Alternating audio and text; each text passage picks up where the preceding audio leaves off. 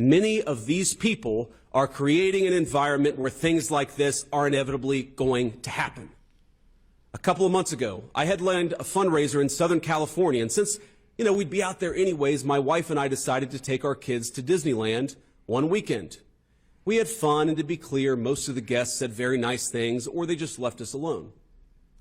But there was a loud and very vocal minority that would shout at my children, who are 8, 5, and 3, whenever they got the opportunity.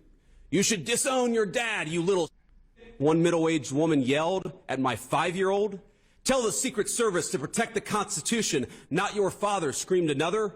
Are these women violent? Probably not. Are they deranged? Certainly.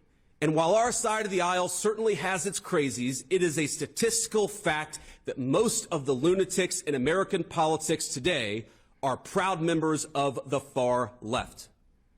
After Charlie died, one of his friends and one of our senior White House staffers had left-leaning operatives in his neighborhood passing out leaflets telling people what he looked like and where he lived, encouraging neighbors to harass him or, God forbid, to do worse. While he was mourning his dead friend, he and his wife had to worry about the political terrorists drawing a big target on the home he shares with his young children. Are these people violent? I hope not. But are they guilty of encouraging violence? You damn well better believe it. We can thank God that most Democrats don't share these attitudes, and I do, while acknowledging that something has gone very wrong with a lunatic fringe, a minority, but a growing and powerful minority on the far left. There is no unity with people who scream at children over their parents' politics. There is no unity with someone who lies about what Charlie Kirk said in order to excuse his murder. There is no unity with someone who harasses an innocent family the day after the father of that family lost a dear friend. There is no unity with the people who celebrate Charlie Kirk's assassination.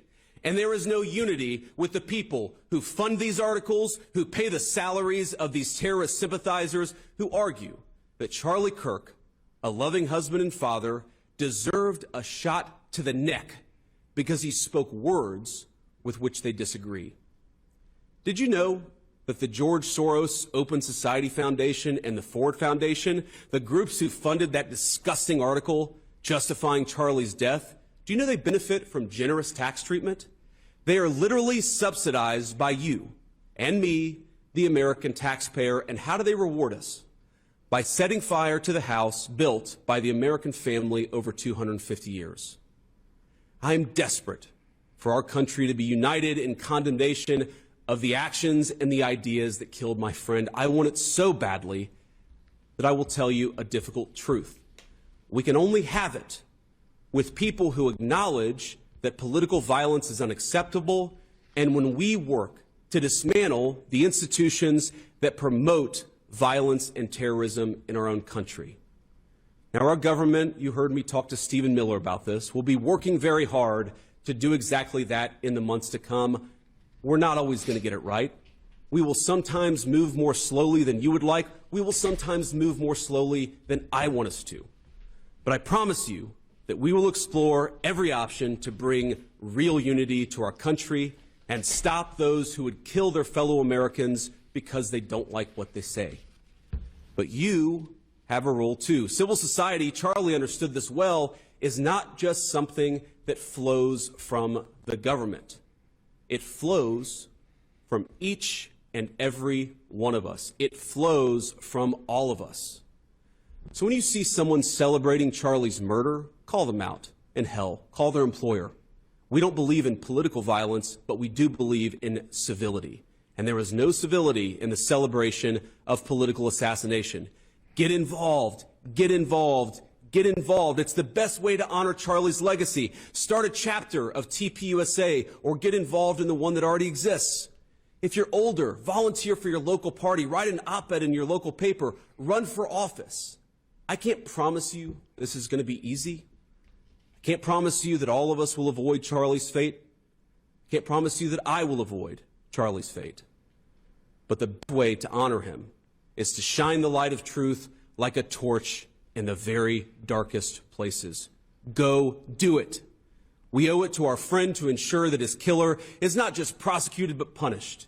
And the worst punishment is not the death penalty, but the knowledge that Charlie's mission continues after he's gone. St. Paul tells us in the book of Ephesians to put on the full armor of God. Let all of us put on that armor and commit ourselves to that cause for which Charlie gave his life, to rebuild a united States of America, and to do it by telling the truth. It's been interesting watching the reaction to Charlie Kirk's assassination by some of these Democrats, including big-name Democrats like Nancy Pelosi, number 37. People don't have any intention of saying something that's going to lead to something dangerous, but we cannot take responsibility for the minds that are out there and how they hear it.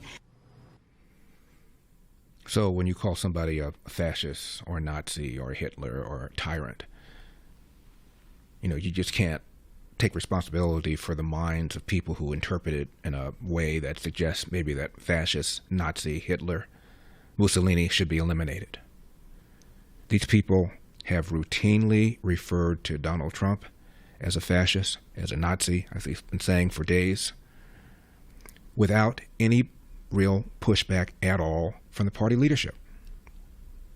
Kamala Harris runs for president, interviewed by CNN's Anderson Cooper, who says other people have called Donald Trump a fascist. Do you believe he's a fascist? Yes, I do. Yes, I do.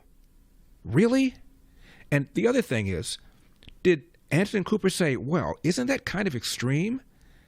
I mean, Hitler was responsible for igniting a war that ultimately resulted in 50 million people worldwide being killed. Do you really think it is fair to refer to Donald Trump as a fascist? Virtually every move he makes is challenged in court. He follows the court decisions. He hasn't arrested his opponents. He hasn't imprisoned people in the news business. Isn't it irresponsible to refer? He didn't say anything. You think Donald Trump said, yes, I do. Yes, I do. Okay, well, let me ask you a question about inflation. What? Joe Biden, at a fundraiser, refers to followers of Donald Trump as believers in semi-fascism. Any pushback? Any complaint from anybody on that side? For full shows, live and on demand, it's Salem News Channel.